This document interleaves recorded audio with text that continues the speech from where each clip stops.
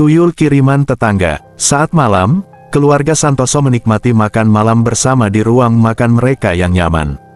Pak Santoso, seorang pegawai negeri yang teladan, Bu Santoso yang seorang ibu rumah tangga, dan dua anak mereka, Budi dan Lina, duduk di sekitar meja, berbicara tentang kegiatan hari itu.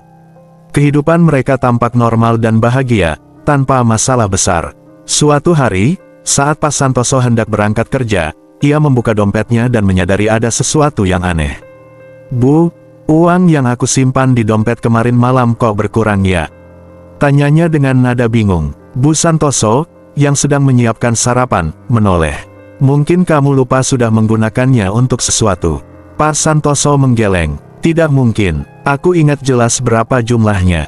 Mereka memutuskan untuk tidak mempermasalahkan hal itu terlalu jauh. Namun, keanehan itu berlanjut. Beberapa hari kemudian, Budi menghampiri ibunya dengan raut wajah bingung. "Bu, uang jajanku yang disimpan di laci hilang. Aku yakin kemarin masih ada." Bu Santoso mulai merasa ada yang tidak beres. "Budi, kamu tidak boleh bohong.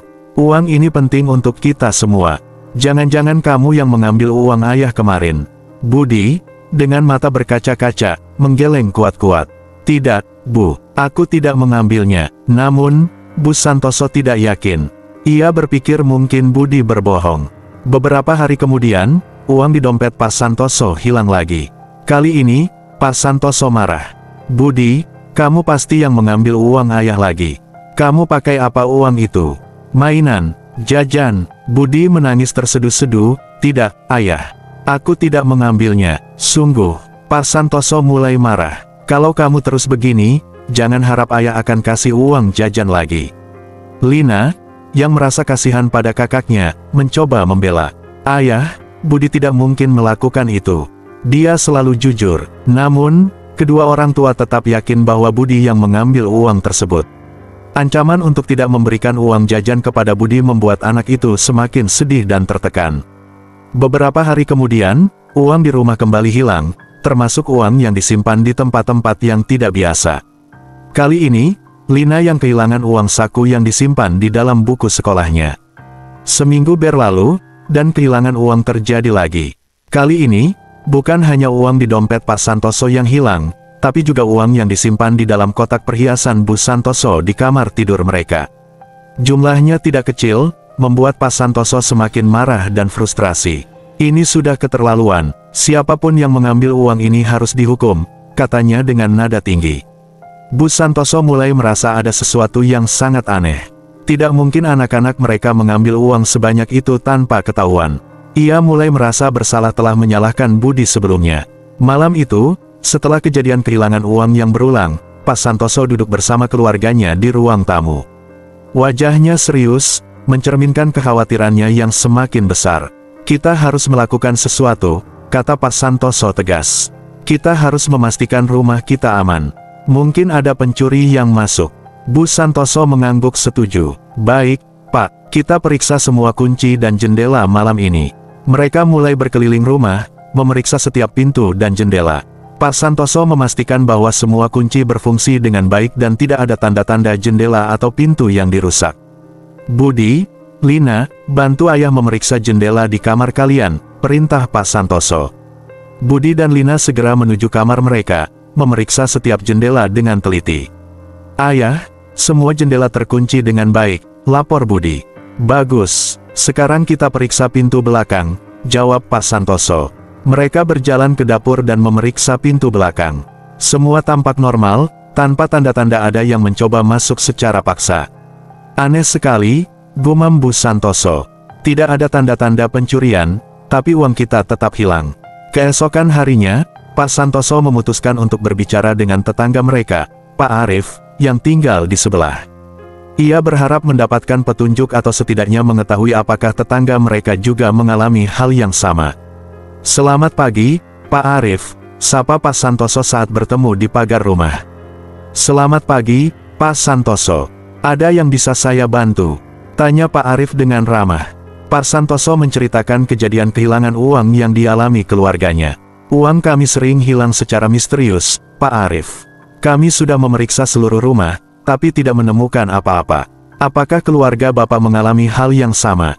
Pak Arif mengernyitkan kening, berpikir sejenak.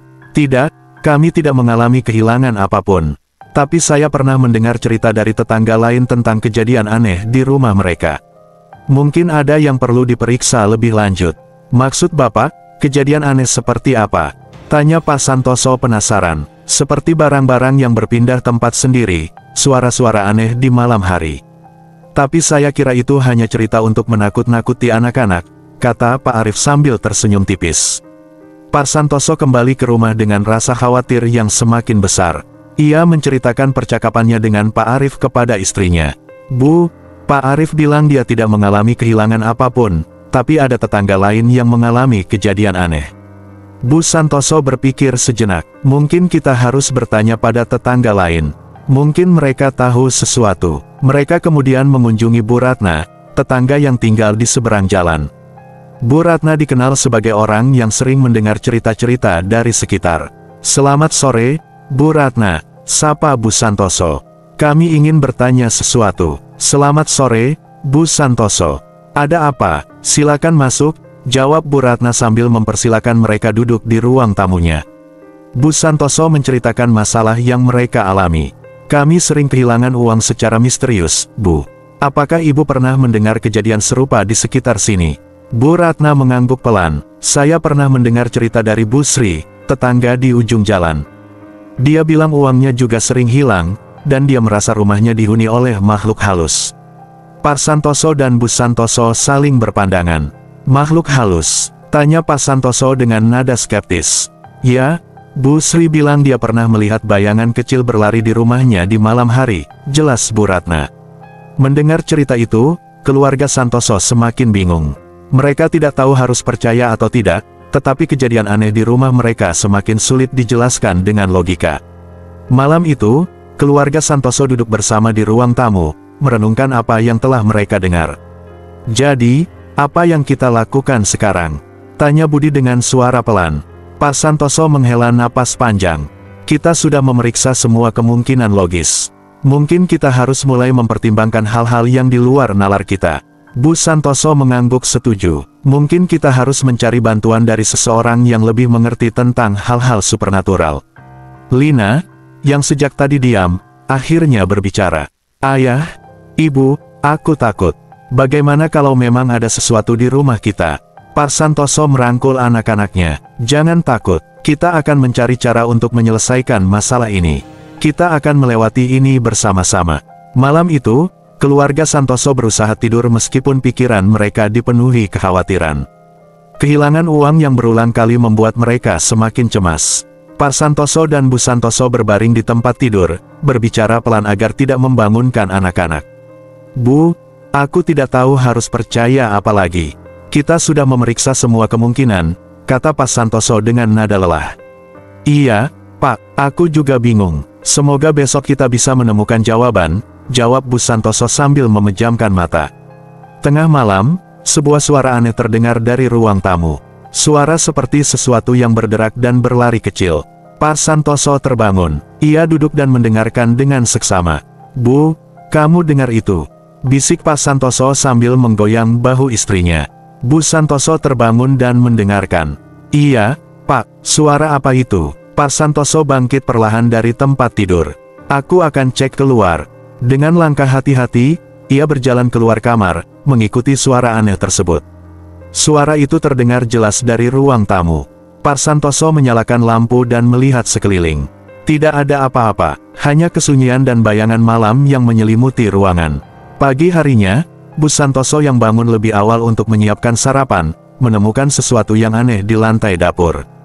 Jejak kaki kecil, seperti jejak anak kecil, namun lebih kecil dari kaki Budi atau Lina. Pak, cepat ke sini, teriak Bu Santoso dengan suara panik. Pak Santoso berlari ke dapur. Ada apa, Bu? Ini, lihat ini, kata Bu Santoso sambil menunjuk ke lantai. Pak Santoso membungkuk untuk melihat lebih dekat. Jejak kaki, tapi ini terlalu kecil. Ini bukan jejak kaki anak-anak kita. Budi dan Lina yang mendengar keributan itu juga datang ke dapur. Ayah, Ibu, ada apa? Tanya Budi. Lihat ini, Budi, kata Pak Santoso sambil menunjuk jejak kaki kecil di lantai. Lina menatap jejak kaki itu dengan mata terbelalak. Ayah, Ibu, aku takut. Jejak kaki siapa itu? Keluarga Santoso berkumpul di ruang tamu, mencoba memahami apa yang mereka lihat. Pak Santoso tampak sangat khawatir. Ini tidak masuk akal, tidak mungkin ada anak kecil lain di rumah kita. Bu Santoso menggenggam tangan Lina, mencoba menenangkan anaknya yang ketakutan. Pak, mungkin kita harus mempertimbangkan kemungkinan lain. Mungkin ini bukan manusia. Pak Santoso menatap istrinya dengan serius. Kamu pikir ini makhluk halus? Bu Santoso mengangguk pelan. Aku tidak tahu, Pak. Tapi tidak ada penjelasan lain yang masuk akal. Budi yang biasanya berani, kini tampak ketakutan. Ayah, Ibu, aku mendengar suara-suara aneh juga tadi malam. Seperti ada yang berlari kecil di ruang tamu. Pak Santoso menarik napas dalam-dalam, mencoba tetap tenang di hadapan keluarganya. Kita harus mencari tahu lebih lanjut. Mungkin kita perlu bantuan seseorang yang mengerti tentang hal ini. Malam berikutnya, keluarga Santoso memutuskan untuk berjaga-jaga. Mereka duduk bersama di ruang tamu, dengan lampu-lampu menyala. Pak Santoso memegang senter, sementara Bu Santoso membawa sapu, siap menghadapi apapun yang mungkin muncul. Pak, apa kita akan baik-baik saja? Tanya Bu Santoso dengan suara gemetar. Kita akan baik-baik saja, Bu. Kita hadapi ini bersama, jawab Pak Santoso dengan suara tegas. Tiba-tiba, suara berderak kembali terdengar. Kali ini lebih dekat, seolah-olah datang dari dalam rumah. Suara langkah kecil itu terdengar jelas di tengah malam yang sunyi. Diam, dengarkan, bisik Pak Santoso. Mereka semua terdiam, mendengarkan dengan seksama. Suara itu bergerak, mendekati mereka, lalu berhenti. Apa itu? Tanya Lina dengan suara ketakutan. Pak Santoso mengarahkan senter ke arah suara, namun tidak ada apa-apa di sana. Hanya kesunyian dan bayangan. Ayah, aku takut, kata Budi sambil memegang tangan Lina. Jangan takut, kita akan mencari tahu apa ini, kata Pak Santoso dengan tegas. Pagi harinya, setelah malam yang penuh ketegangan, Pak Santoso mengambil keputusan. Bu, kita perlu bantuan. Aku setuju, mungkin ini bukan manusia. Kita perlu memanggil dukun. Bu Santoso mengangguk setuju. Kita harus mencari dukun yang bisa membantu kita mengusir makhluk ini. Setelah malam-malam yang penuh ketegangan dan ketakutan, keluarga Santoso sepakat untuk memanggil bantuan dari luar. Mereka mendengar tentang seorang dukun terkenal, Pak Sastro, yang sering menangani kasus misteri di daerah mereka. Bu, aku sudah menghubungi Pak Sastro. Dia akan datang sore ini, kata Pak Santoso dengan nada penuh harapan. Semoga dia bisa membantu kita, jawab Bu Santoso sambil memeluk Lina dan Budi yang masih tampak ketakutan. Sore harinya, Pak Sastro tiba di rumah keluarga Santoso.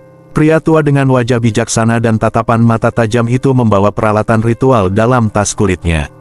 Selamat sore, Pak Santoso, sapa Pak Sastro dengan suara dalam. Selamat sore, Pak Sastro. Begini, kami mengalami kejadian aneh. Uang kami sering hilang dan kami menemukan jejak kaki kecil serta suara-suara aneh di malam hari, jelas Pak Santoso. Pak Sastro mengangguk mengerti. Baik, saya akan mulai dengan memeriksa energi di rumah Anda. Pak Sastro meminta keluarga Santoso untuk duduk di ruang tamu sementara ia berjalan mengelilingi rumah, merasakan energi yang ada. Dengan mata terpejam, ia memusatkan pikirannya, mencoba mendeteksi keberadaan makhluk gaib. Pak Sastro mulai menyiapkan ritualnya di ruang tamu. Ia menyalakan beberapa batang dupa dan menaburkan garam di sekitar ruangan. Ini untuk membersihkan energi negatif, jelasnya. Lina memandang dengan penasaran. Apa yang akan dilakukan Pak Sastro, Ayah? Pak Santoso menjawab lembut, Pak Sastro akan mencari tahu apa yang sebenarnya ada di rumah kita, Nak. Pak Sastro mengeluarkan sebuah keris kecil yang sudah diberkati dan beberapa lembar daun sirih. Ia kemudian mulai berdoa dengan khusyuk, memanggil roh-roh pelindung untuk membantu mengungkap apa yang terjadi. Setelah beberapa saat berdoa, Pak Sastro tiba-tiba berhenti dan membuka matanya. Ia menatap keluarga Santoso dengan serius. Saya merasakan energi yang sangat kuat di sini. Energi ini berasal dari makhluk kecil yang sering kali digunakan untuk mencuri. Maksud Pak Sastro, ini tuyul? Tanya Pak Santoso dengan wajah tegang. Pak Sastro mengangguk. Benar, ini adalah tuyul. Mereka sering digunakan oleh orang-orang yang menginginkan kekayaan cepat dengan cara mencuri uang dari orang lain. Tuyul itu sangat licik dan sulit dideteksi oleh orang biasa. Bagaimana Pak Sastro bisa tahu itu tuyul? Tanya Bu Santoso dengan penasaran. Saat saya berdoa dan memusatkan pikiran, saya bisa merasakan aura khas dari tuyul. Mereka memiliki jejak energi yang berbeda dari makhluk halus lainnya. Jejak kaki kecil yang kalian temukan adalah salah satu tanda keberadaan mereka, jelas Pak Sastro. Pak Sastro mulai menyiapkan tahap berikutnya dari ritualnya. Ia meminta keluarga Santoso untuk tetap di dalam rumah dan tidak keluar selama ritual berlangsung. Saya akan membuat lingkaran perlindungan di sekeliling rumah. Ini akan mencegah tuyul keluar atau masuk selama ritual. Pak Sastro menaburkan garam di sekeliling rumah, membentuk lingkaran perlindungan. Ia kemudian kembali ke ruang tamu dan mulai mengucapkan mantra-mantra dalam bahasa kuno.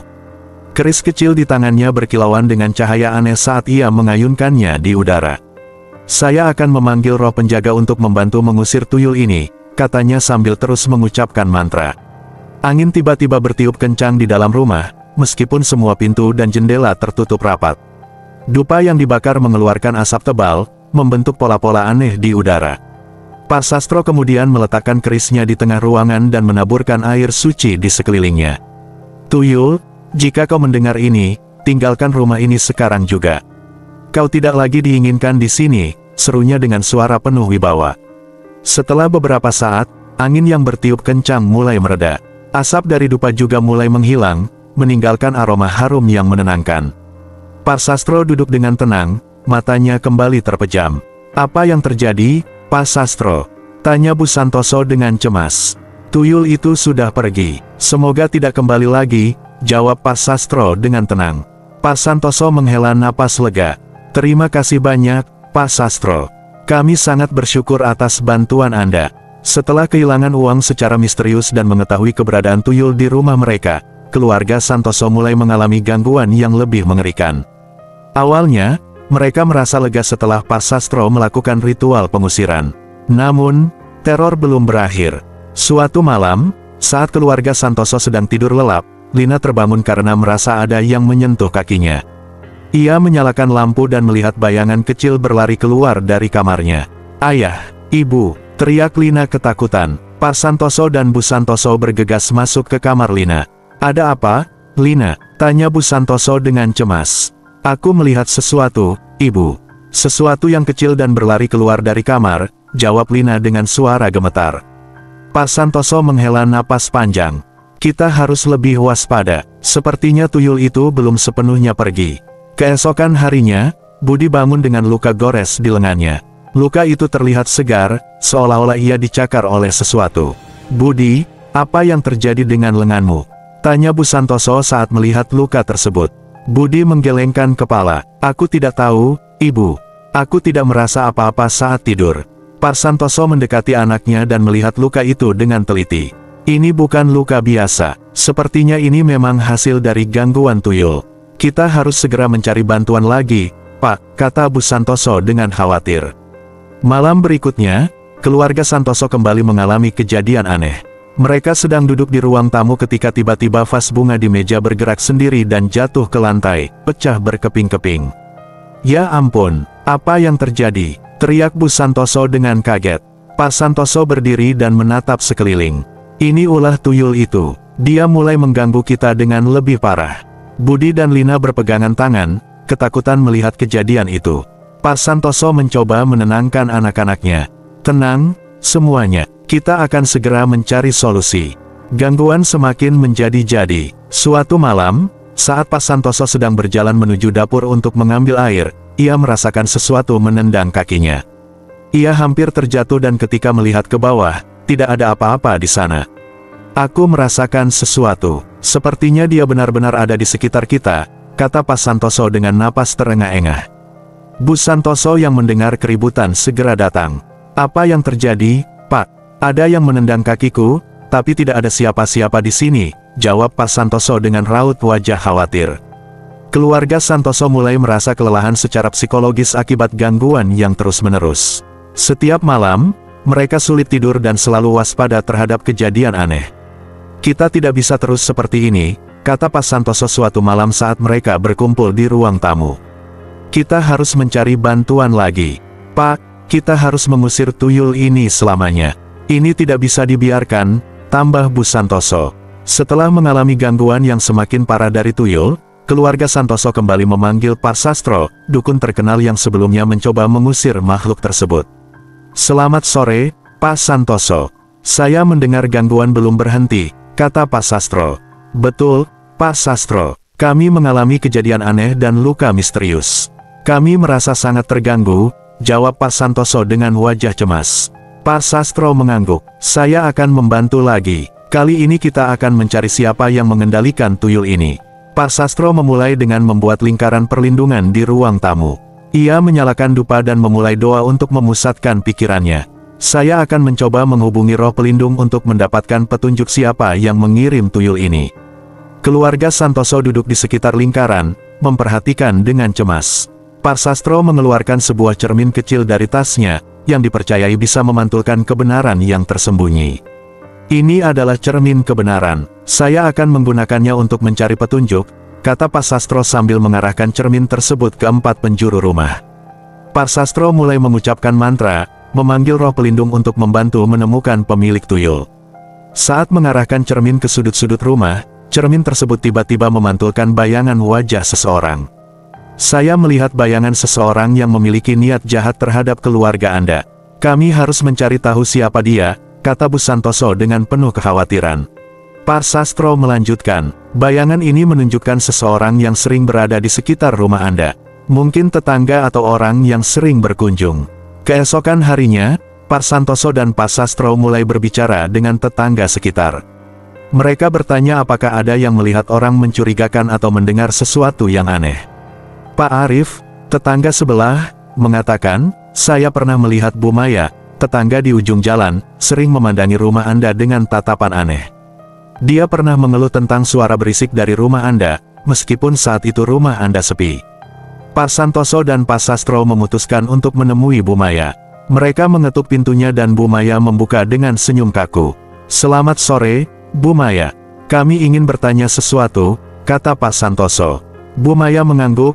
"Silakan, ada apa?" Pak Sastro melanjutkan, "Kami mengalami gangguan dari makhluk gaib di rumah. Kami ingin tahu apakah Ibu tahu sesuatu tentang ini." Bu Maya tampak gugup. Saya tidak tahu apa-apa tentang itu." Pak Sastro menatap Bu Maya dengan tajam. Cermin kebenaran telah menunjukkan wajah seseorang yang sering berada di sekitar rumah keluarga Santoso. Wajah itu mirip dengan Ibu. Apakah Ibu memiliki dendam atau iri terhadap keluarga ini?" Bu Maya terdiam sejenak, lalu mulai menangis. Saya tidak tahan melihat keluarga Santoso selalu bahagia dan sukses sementara hidup saya penuh masalah. Saya tidak bermaksud mencelakakan, hanya ingin mereka merasakan sedikit kesulitan." Pak Santoso terkejut. "Bu Maya, kami tidak pernah bermaksud menyakiti atau membuat Ibu merasa iri. Mengapa Ibu melakukan ini? Saya meminta bantuan seorang dukun untuk mengirim tuyul, tapi saya tidak tahu bahwa akan sejauh ini. Saya minta maaf," kata Bu Maya dengan suara bergetar. Setelah mengungkap bahwa Bu Maya adalah pengendali tuyul, Pak Sastro menyadari bahwa tindakan yang lebih kuat dan terencana diperlukan untuk mengusir tuyul tersebut dan memutus hubungannya dengan pengendalinya. "Kita akan melakukan ritual besar malam ini. Ini tidak hanya untuk mengusir tuyul, tetapi juga untuk melindungi keluarga Santoso dari niat jahat di masa depan," kata Pak Sastro kepada keluarga Santoso. Pak Santoso, Bu Santoso, dan anak-anak mereka, Budi dan Lina, mempersiapkan diri. Mereka membersihkan rumah dan mengatur tempat untuk ritual di halaman belakang, sesuai instruksi Pak Sastro. Pak Sastro memutuskan bahwa Bu Maya harus hadir dalam ritual tersebut. "Ibu Maya perlu ada di sini untuk menghadapi akibat dari tindakannya," jelas Pak Sastro. Bu Maya, meskipun ragu dan takut, setuju untuk datang. "Saya siap menerima akibat dari apa yang telah saya lakukan," katanya dengan nada penyesalan. Malam tiba, dan Pak Sastro mulai menyiapkan alat-alat ritualnya, dupa, air suci, keris, dan beberapa daun sirih. Lingkaran perlindungan dibuat di sekitar halaman belakang dengan garam dan lilin yang dinyalakan. Semua orang, duduklah di dalam lingkaran ini dan pegang tangan satu sama lain. "Ini akan memperkuat perlindungan kita," instruksi Pak Sastro. Bu Maya duduk di luar lingkaran, dipantau oleh Pak Sastro yang berdiri di tengah. Ia menyalakan dupa dan mulai mengucapkan mantra dalam bahasa kuno, memanggil roh-roh pelindung dan meminta bantuan untuk mengusir tuyul dan memutus ikatan jahat. Tiba-tiba, angin kencang bertiup, dan suara-suara aneh mulai terdengar. Tuyul muncul di tepi lingkaran perlindungan, matanya berkilauan dengan niat jahat. Tuyul ini tidak akan pergi dengan mudah, kata Pak Sastro sambil mengangkat kerisnya. Saya memanggil roh pelindung untuk membantu kita. Cahaya dari lilin semakin terang, dan tuyul tampak kesulitan mendekati lingkaran. Pak Sastro mengayunkan kerisnya, mengarahkan energi spiritual untuk mengusir makhluk itu. Pergilah dari sini, makhluk jahat. Kau tidak lagi diinginkan di rumah ini, seru Pak Sastro dengan suara lantang. Tuyul mengeluarkan suara melengking dan tampak menghilang sejenak, tetapi kemudian muncul lagi dengan lebih ganas. Pak Sastro berbalik ke arah Bu Maya. Ibu harus mengakui kesalahanmu sepenuhnya dan melepaskan kontrol atas tuyul ini. Hanya dengan begitu, kita bisa mengusirnya selamanya. Bu Maya, dengan air mata mengalir, berlutut dan memohon ampun. Saya menyesal, saya tidak tahu bahwa akibatnya akan seburuk ini. Saya melepaskan semua kontrol atas tuyul ini. Tolong, maafkan saya. Pak Sastro mengarahkan kerisnya ke arah Bu Maya, tidak untuk melukai, tetapi untuk memutus ikatan gaib yang menghubungkan dia dengan tuyul. Dengan ini, saya memutuskan semua ikatan jahat yang menghubungkan Bu Maya dengan makhluk ini, katanya sambil mengucapkan mantra pemutus. Sebuah ledakan cahaya terjadi, dan tuyul itu berteriak sebelum menghilang sepenuhnya. Angin kencang berhenti, dan suasana menjadi tenang kembali.